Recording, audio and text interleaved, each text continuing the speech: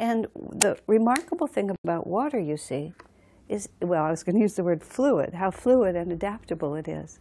Right now, I have water in this cup, and it's the shape of a cup. Isn't that remarkable? It's still water, and when I drink it, it still tastes like water, but when I look at it, it actually looks like the cup. And if I took this water and I poured it out on the rug, which I won't do, but I could. I'm not doing it because the camera can't see it. Otherwise I would, so you could see it. But imagine, I pour it out on the rug, and all of a sudden, wow, look at that. The water looks like rug. But it would still be water. If I squeezed it out of the rug and looked at it, it would still be water. It would not have changed its essential nature. But water has this capacity to adapt to whatever, without losing itself.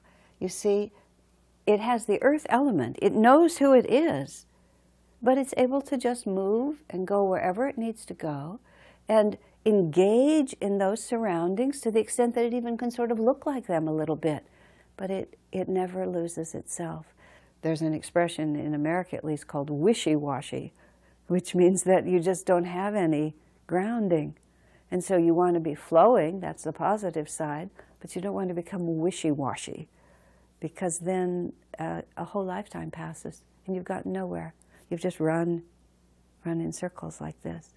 Now, the other aspect that the water chakra gives us is it gives us creative stimulation. It gives us variety in our lives. And when we have that creative understanding grounded in true principles, which is my creativity comes from the ever-new joy of God. And my enjoyment of life is the ever-new joy of God. At any moment, inwardly, the wellspring of divine understanding is always renewing itself. But if that creativity is not properly directed, it becomes restless and it often becomes sensual.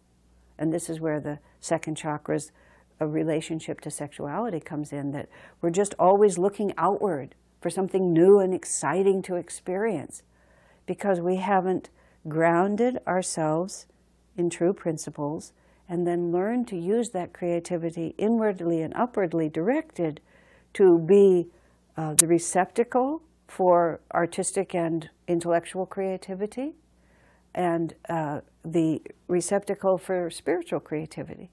So we seek it in life experiences. And again, we can't settle down. We can't settle down in our relationships, our profession, our studies.